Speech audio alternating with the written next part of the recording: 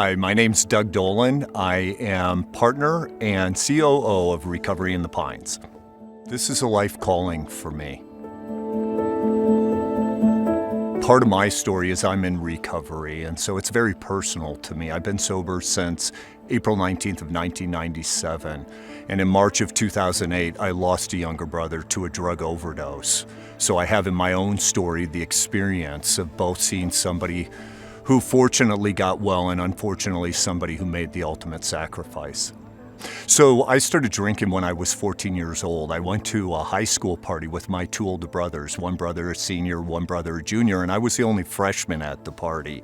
So I figured if I'm going to get invited, I have to drink like I belong. And I remember the first time I had a 6-pack of beer, I had 6 or 8 shots of Jack Daniels. Don't remember the rest of the evening from there. I blacked out. But from the very first time, I had this just ultimate euphoria. I felt like it was like a jolt of lightning had come through me, and so I was hooked from the very first time. I started as a blackout binge drinker. I stayed a blackout binge drinker. Although I was extremely high functioning, I did well in school, I did well in sports. I was originally supposed to go military, and instead I told my parents I want to go become an actor. So after I graduated high school, I moved out to Southern California and I did plays, mystery dinner theaters, car commercials and things of that nature while working a variety of odd jobs. And then I went to work for a high-tech company in Southern California. I did extremely well there. And so what ended up happening is I totaled a car on a business trip. And I had 4 other employees in the car, and I'm lucky I didn't kill anybody. So I was just very good at hiding it. But on the inside, I was immensely tortured.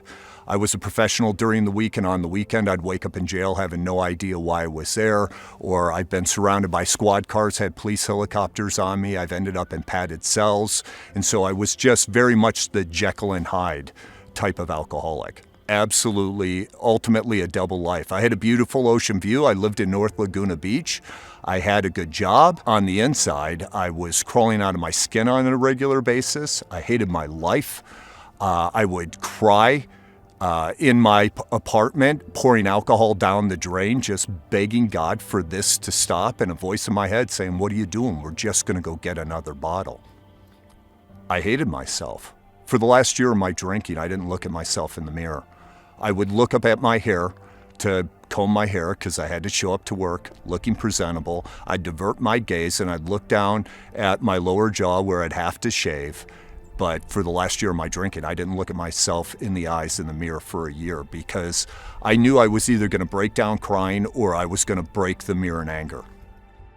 You know, I think what I'm very grateful for is I was desperate from the very first moment.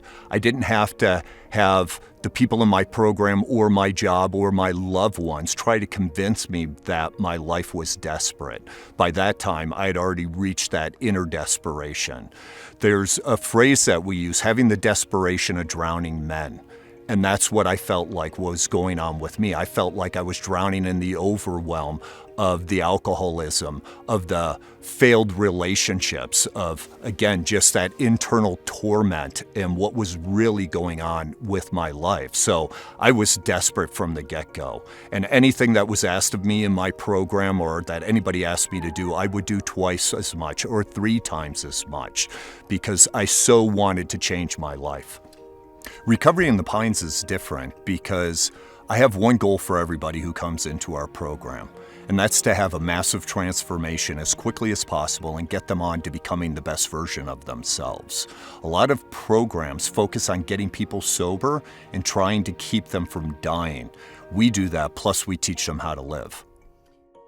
For me personally, faith plays a huge part of it. This illness is an illness of detachment, and I had detached from God.